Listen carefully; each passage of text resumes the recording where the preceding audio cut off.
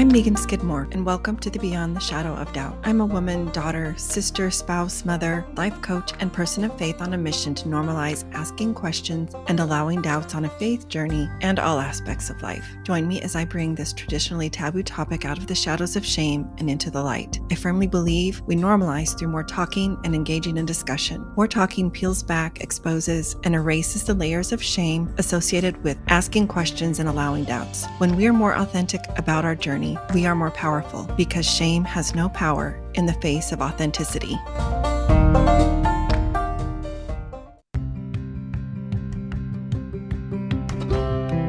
First Friday's free coaching, a confidential group to bring all the questions, vent frustrations, share fears, express doubts. Navigating a new and uncertain reality is hard enough. Let's remove the worry of judgment from others. In this group, I will help you help yourself so that you can be there for your child, family, loved ones, and for you too. Click the link in the show notes to sign up. You must complete the agreement.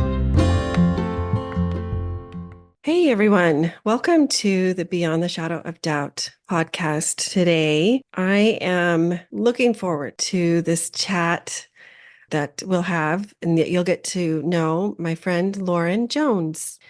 Lauren, I was thinking about it. You and I, we haven't met in person yet, but I've known you a couple of years, maybe more, maybe 2.5 years by now.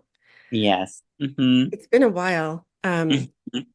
Me, like many others, I'm sure, who listen to Listen, Learn, and Love, or to some of the other Faith Matters podcasts and whatnot, they have met you before. And so I'm thrilled that I get to have you and your story here recorded on my podcast. So welcome. Yeah. Thank you. So Grateful. excited. Yeah, I'm grateful to have you here. Without getting too much to your story, I remember my heart going out to you and just being so drawn to your story because you were one of the very first people, I think the first person that I ever became aware of who was Lauren. You identify as transgender and you were baptized into the LDS faith. And so that will come out over the course of our conversation. But I've been in this space for going on almost, about 4.5 years now. And so stories such as yours always tug at my heart, and I'm always drawn to them. So I'm grateful to learn more firsthand from you. But before we get to that, can you just take a minute and introduce yourself to our listeners? Share where you're from, about your upbringing, your family, anything that you feel comfortable sharing. We would love to hear. Yeah, so my name is Lauren, and I currently live in New Mexico, in Las Cruces. And for most of, my childhood up through going to undergrad school, I grew up in a military family. So I lived all over the US and in Europe. So for high school, I went to 5 different high schools. Okay. I got to do a lot of awesome traveling, and I also am a big runner as well. Like I did cross country and track for my undergrad school. And I'm still am a very competitive runner. And I practice as a mental health therapist as well. Yeah. That's awesome. Thank you for sharing that with us. Mm-hmm. So we know where you're at right now. Can you rewind a little bit? Tell us a little bit about what your religious or your spiritual upbringing was like.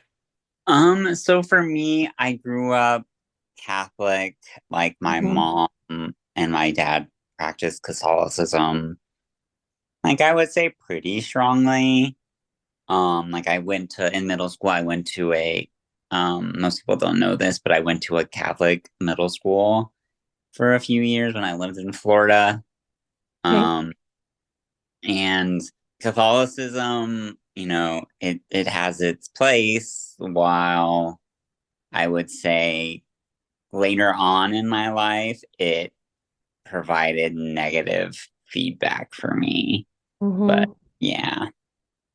Do you feel comfortable talking about what you mean by that Yeah. negative feedback? So something, one of the, a big, like I would say, a traumatic moment is when I was like on the verge of coming out, or I was pretty much forced out, I guess, because my parents found out, that I was on hormones and transitioning, doing all that stuff.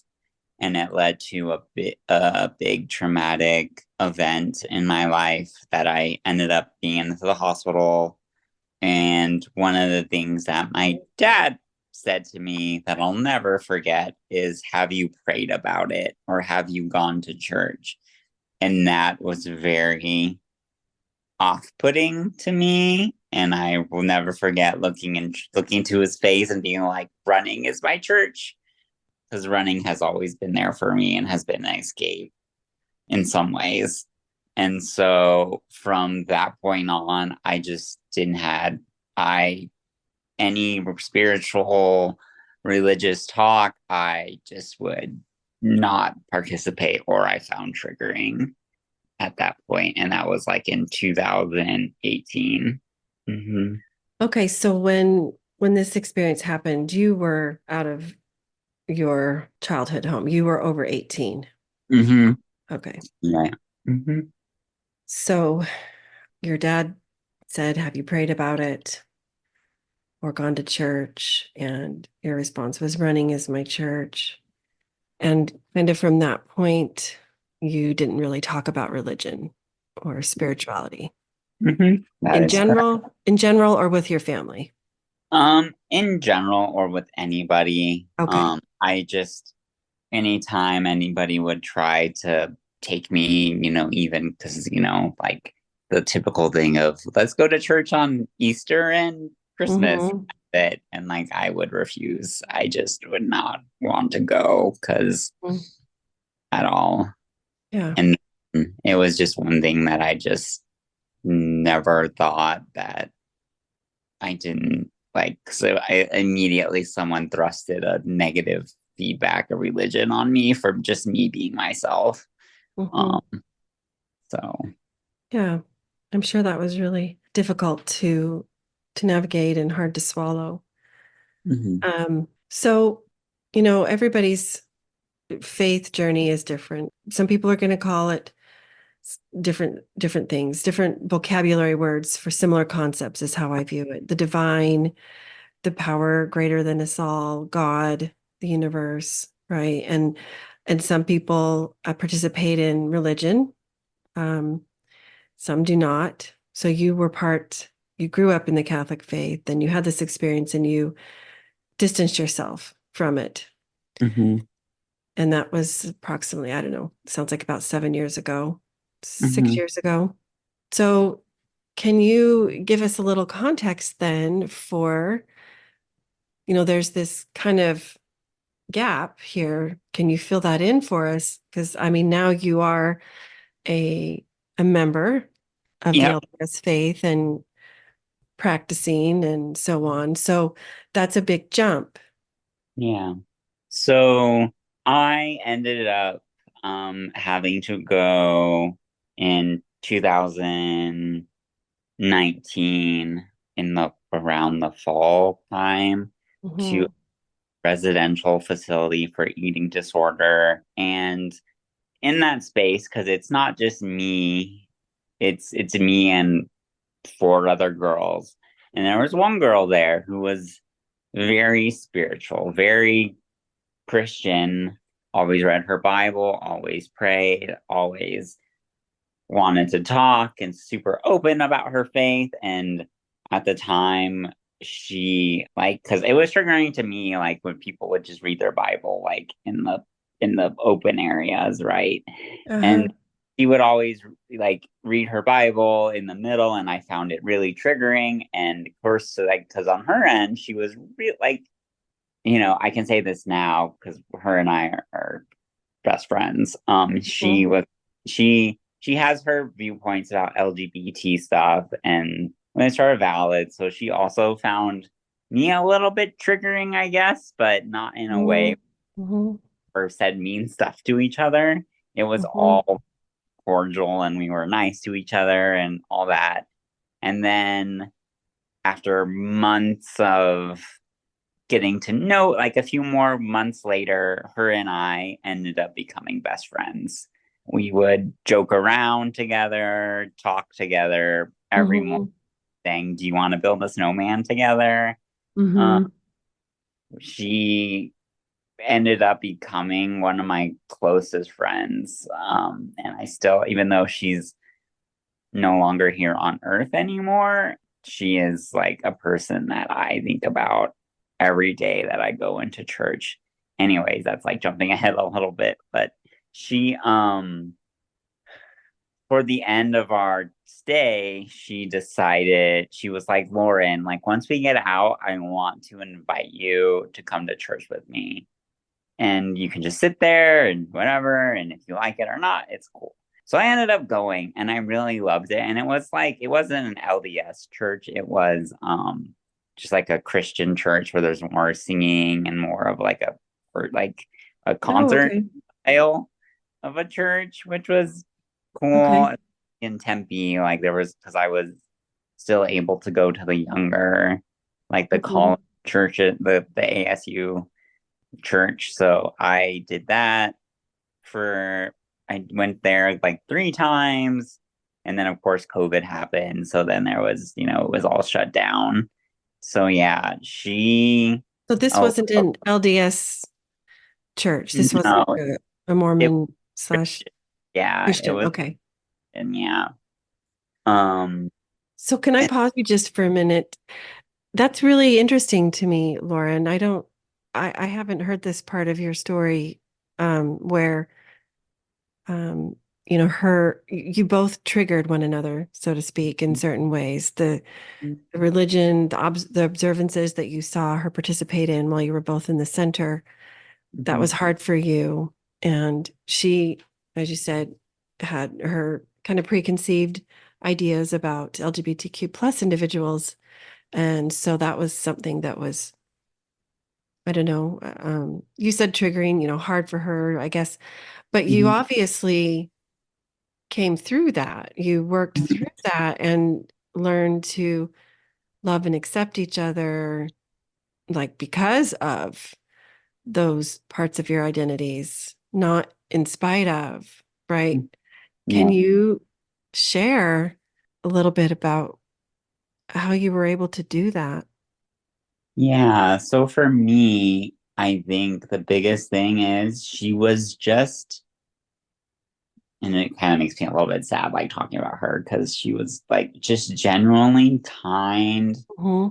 thing, always wanted to be there and help people, didn't matter, always wanted to talk, like even when we were both out and like she came over for pizza and we both went to a park and she just would want to talk to the random people that were struggling or out on Hmm. the street and just talk and just be kind and loving.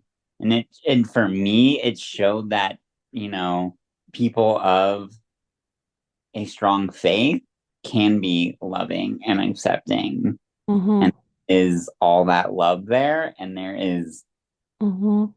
it changed my opinion or my mind on a lot of things, and it made me just become a little bit more, because I had my experiences which were valid, right? But also, um, it allowed me to show, like, to see that there's people out there that just truly love people, Hmm. and it showed me that, like, they're like, yes, we can still have our differences and what our preferences are or whatever they may be, and still care for Hmm. each other. Like, and that's one thing for me that I really want to, that I make sure to live, have in my personality is just, even as in my profession, I am just here to help people no matter what. And even as a person, walking, going for walks and going for runs, just trying my Hmm. best to talk to other people and love other people. Because, yeah. Yeah. So thank you for sharing that. Obviously, you cannot speak for your dear friend, but did she, you said that she moved past her initial misgivings or discomfort of, about, you didn't use the word discomfort, just her knowing that you identified as LGBTQ plus. Hmm. How did she come to a place, or did she share that with you, where she just fully loved and She, accepted you? she, I mean, I think her main thing that she just was like, and I know I asked her this one time, which I remember is like, I was like, so if I got married, would you come? Like, would you attend it? And she was like, probably not, just because of my faith. And I was like, okay, that's valid. Hmm. Yeah, because she was like, I don't know the best way to say this, but very Christian, if that. She practiced her beliefs very Yeah. strongly, I guess. Yep. I hear you. I hear what you're saying. But I'm glad that you were both able to find a common space in your love for one another and your respect for each other's way that you chose to move forward in life. So then you said that COVID hit. Hmm. Going back to your journey, you had attended this church of your friends about 3 times, and then COVID hit. Yeah. So with that, I was gearing up for the end of me graduating from my graduate program at GCU. So I was having to starting to look for big girl jobs, as I like to call it. And one of the places that unexpectedly came on the list was Utah because I was planning to have gender affirming surgery up there at the U of U. Hmm. And I took a trip there in May of 2020. And I just fell in love with it. And With the with, state. yeah, with Utah, Okay. I loved everything about it. And then I decided to move to Utah with knowing this many people. Zero. Okay. And I was like, well, first I get to start anew and I get to have, a surgery that helps me feel like myself. So I decided to do that. And then after living there and then finally having because I lived in Harriman, then I finally had my surgery in March 8th of 2021, actually International Women's Day, which is such an awesome, Hmm. like it's an awesome thing that my surgery ended up falling on that day. And so while I was in the hospital, I decided to apply to jobs in Logan after living in Harriman for a few months. And I ended up getting a job in Logan, Utah. I moved there in April of 2021. And then that's really where the journey to joining the LDS faith really started. In Logan. Hmm. Okay. Yeah. Is that where you met missionaries and you started to attend? And tell us Yeah. about that. I I knew I wanted a faith back in my life. Okay. Um, like a lot, especially when after me and my friend like went to church for those few times and just kind of and then her gifting me a Bible and me kind of reading it every once in a while. Okay. And then of course COVID, so it just made everything really difficult. And then I started then of course all my most of my coworkers were a part of the faith or my healthcare providers were a part of the faith as well, part of the LDS faith. And so I decided to go onto the church's website actually and send them a text instead of typical them knocking on my door because Uh-huh. they came to my door. It was only these older elders that came, but they were, yeah, anyways. And so I ended up getting in contact with the sister missionaries in Logan. Did you start taking the discussions at that point? Or I don't Yeah, think you were baptized there, if I remember your story. You were baptized later on.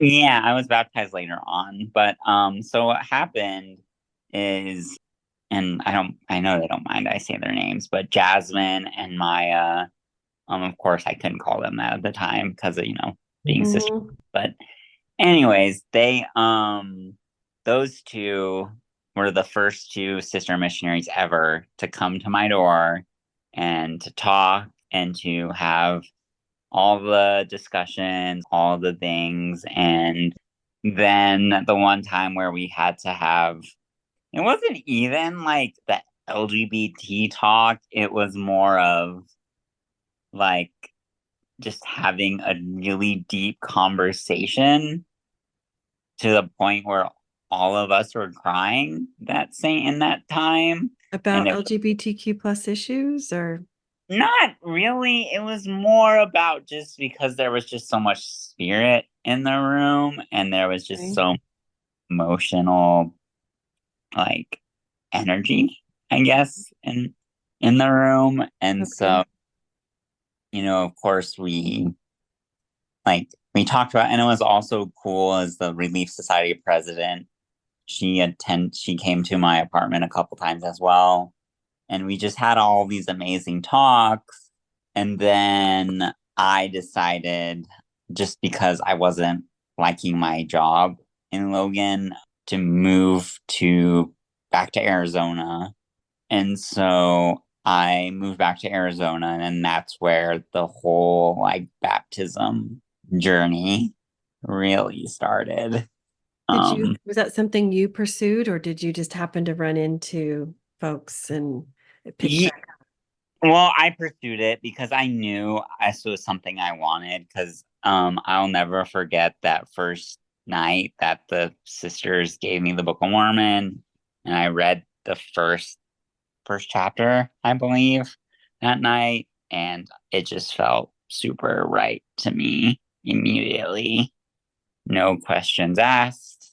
Um, I just love it a lot, to the point now I have 4 copies in my apartment, Mhm. which is so great.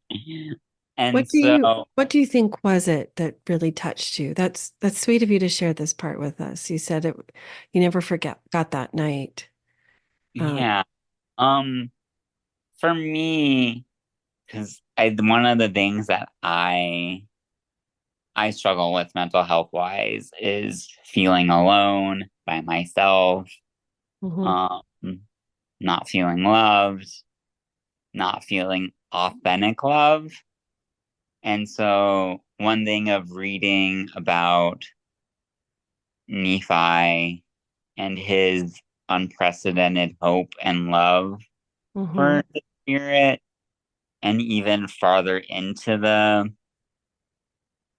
further reading into the Book of Mormon of, having foundation in the Lord, enduring to the end. Those quotes, I guess, or scriptures are very beneficial for me to help, stay here, to stay. they speak to you. They speak Yeah. to your soul. And just how genuinely and loving everybody that I have met since, even before I joined, now as a member, how everybody just has been super awesome to me and just showed me amazing love. So it just brings a lot of, I don't know, it brings a lot of happiness and goodness for me. Like, that's why I really make it a point, even if I am of course, those mornings I'm tired or just don't want to go, and then I force myself to go, and I'm like, see, that was good, Mhm. beneficial. So So, you've said more than once how, wonderfully you have felt and been treated by many of those of the LDS faith along the way of your journey. And just a minute ago, in talking about, while you were in Arizona. everyone was amazing. Can you share with us a little bit about what that was like? You know, you're introduced to this new faith community, you pursued Hmm. baptism, Yeah. and um how what was that like? Help us understand what that was like, because surely there were those, you mentioned those that just embraced you and loved you. Um, Perhaps there were those who it didn't happen that way. If you feel comfortable giving us an idea, a picture of a little bit of both sides, like what was that like navigating this pathway to baptism for you? So for me, of course, just so people know, like the biggest, like the thing after, the missionaries invite you for baptism because of being trans or whatever, they have to write a letter, and the letter has to be sent to Salt Lake City, and it has to be approved by the prophet. And so, okay, like in January of 2022, that's when they invited me to be baptized. And then the mission president wrote the letter and sent it to Utah. And then from January to June, I had to wait, which is a very, very long time. Did they And tell you the purpose of the wait? not really. It was just a lot of just being patient and just waiting. There was Uh-huh. not a lot of because I only could talk, like, I only could check in with the sisters every once in a while, but it's not like they really knew much either. I knew they Okay, were trying their best. So got it. during that whole wait from January to June, it was me like leaning into going to all the events, being asked to participate in all the things. And during that time I also had an experience where I had to go to the hospital for mental health stuff. Because I just like was getting so just very impatient, I guess was the word, about having to wait for so long. And then, and this what kind of leads to my chosen family. And so one of my ministering sisters at the time, because I was in the hospital, they came and visited me. And then one of them was like, Lauren, what you need is to just come stay with me for a week to help relax. Mm-hmm. And just immediately showed me super amount of love and just wanting, just knowing that I was cared about. And just I mean, everybody in my ward, Mm-hmm. it was like, or still is like, amazingly kind and awesome to me. Even the bishop that I had, who was a older gentleman, every time I got a blessing from him, he always used the correct pronouns. He never Mm-hmm. said anything or whatever. It was just a he was awesome. I mean, and then to the negative side, honestly, no one has ever said something negative to me, or in person, or yeah, or if they have behind my back, I don't know, but no one has. Mm-hmm. I've been just shown a lot of love, so I'm which glad. I'm which glad is to hear that. yeah, which is really amazing for me. And and all the people from from Utah to Arizona and now New Mexico are just super awesome. So yeah. Thank you for being willing to let us kind of open the door into your heart and hear about how this journey has been for you, and kind of giving us a bird's eye view to what that was like. If you were to have any advice or, you know, suggestions for other ward communities, those in, let me say, in congregations, we'll say congregations of throughout, not just the States, but anywhere, what would your suggestions be on how to help someone who might be like you, meaning identify as transgender? You know, what would be what is it that that person would benefit the most from? How can they help that individual feel welcome? Yeah, I mean, I definitely will say, like, just just showing love just as Jesus showed love to everybody else, and just being respectful of someone's pronouns and where they're at.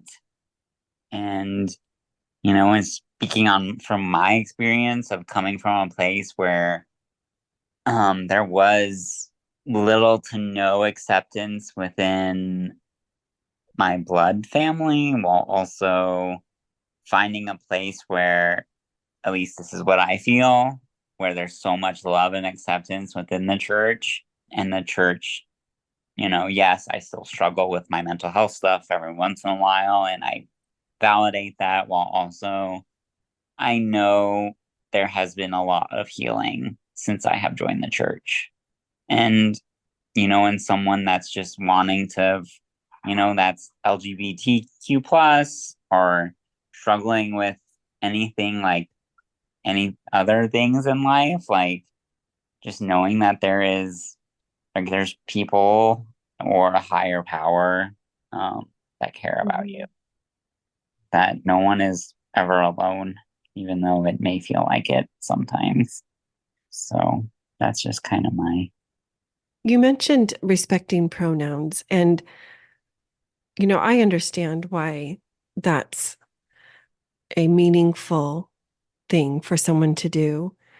Can you share why is that important to you? I know you can't speak for all of those who might identify as non-binary or transgender, but for Mhm. those that are kind of new, maybe to this area, like why is that important? What is that message that it sends when someone uses your pronouns?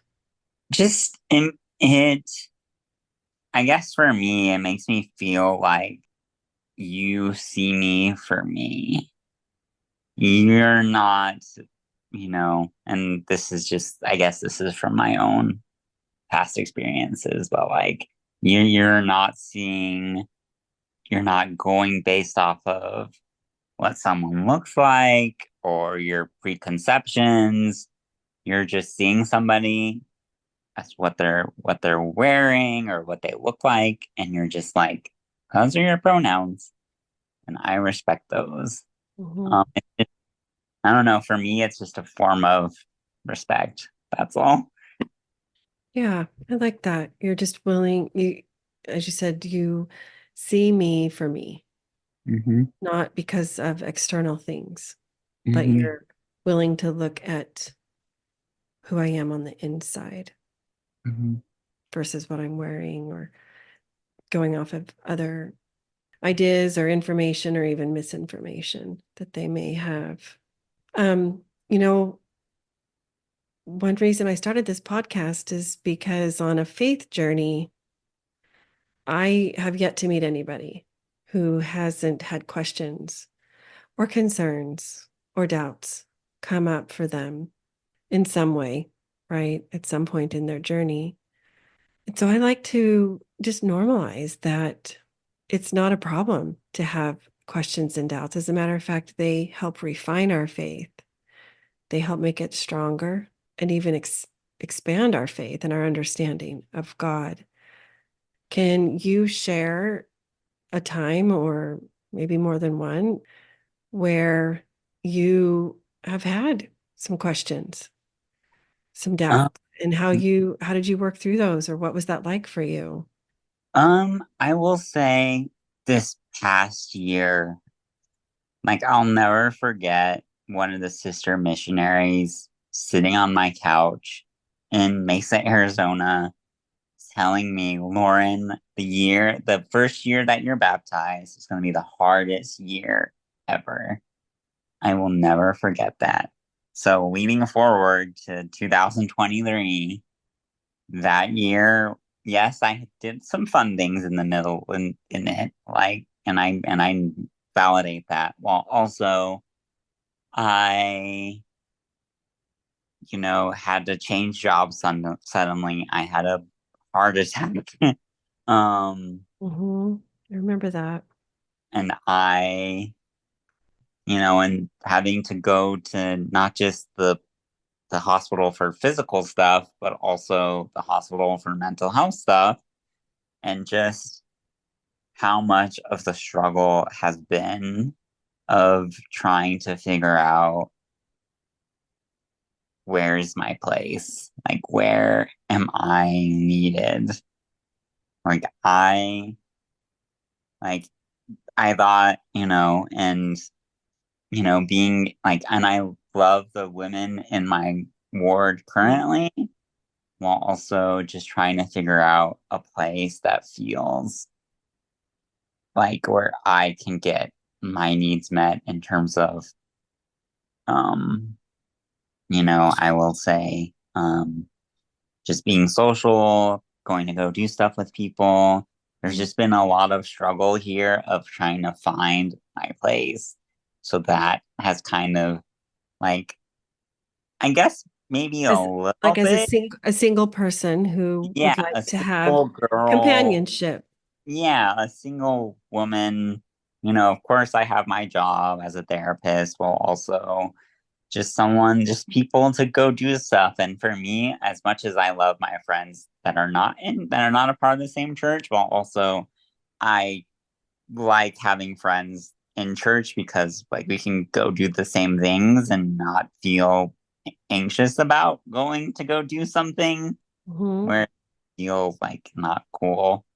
So that's just kind of, I think that's a part of this year is that's been this since being back here has just been trying to find my place. I mean, and every time I've had those little bit of questions, I read my Book of Mormon or just go talk to the bishop or, talk to my therapist or, just go to church and that, you know, and for me, because I know a big thing that keeps me still physically here is my resiliency. And I realize that a lot because um, Hmm. I keep showing up, even though there's times where I don't want to, but still here. Yeah, that cannot be understated. That takes courage and strength. Keep showing up. Thank you for sharing that with us, Lauren. I appreciate your being willing to be vulnerable. Mm-hmm. I think we're all trying to find our place. And I say that still acknowledging that your needs and your situation are unique. Mm-hmm. And I know that God is aware of you. And I know that God will continue to guide you on this next exciting um, leg of your journey. A minute ago, you said, since being back here, I knew what you meant, but our listeners don't realize that you did your undergrad at U Mm-hmm. in Las Cruces. And so Yeah. I think that's what you meant. Yeah. You're back there again. Mm-hmm. So one of the things I like to kind of wrap up my interview, one of the questions is sometimes growing up in conservative faith communities, you hear people when they're bearing their testimony or they're witnessing of what they have learned to be true, they'll use the term beyond the shadow of doubt. And I kind of liked to do a play on words and I dropped the word beyond the shadow of a doubt to beyond the shadow of doubt because I'm trying to move past um,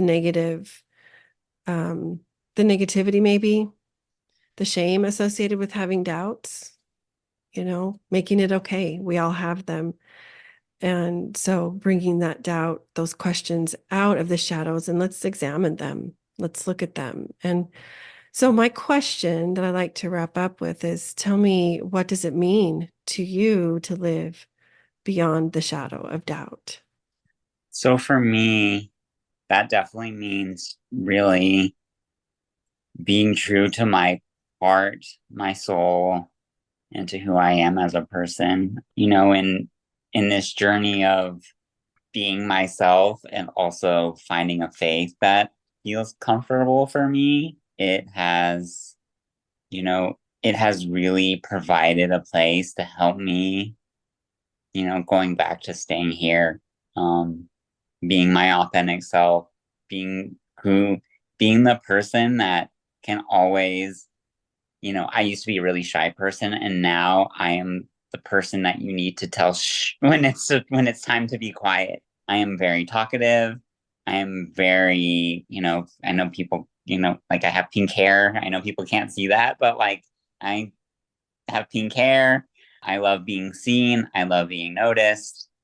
I like talking to people. I mean, it just means to me just being myself and knowing that God loves me no matter what. God sees me, and I'll share like yesterday. It was a moment where I knew, like, I felt God being like, Lauren, I got you when I was going into this week with bad vibes. Just being honest. And this week yesterday has helped me so much. And just knowing that I can, me attending church or me reading the Book of Mormon or talking to friends, being myself has all played into this journey for me. So, Hmm. yeah.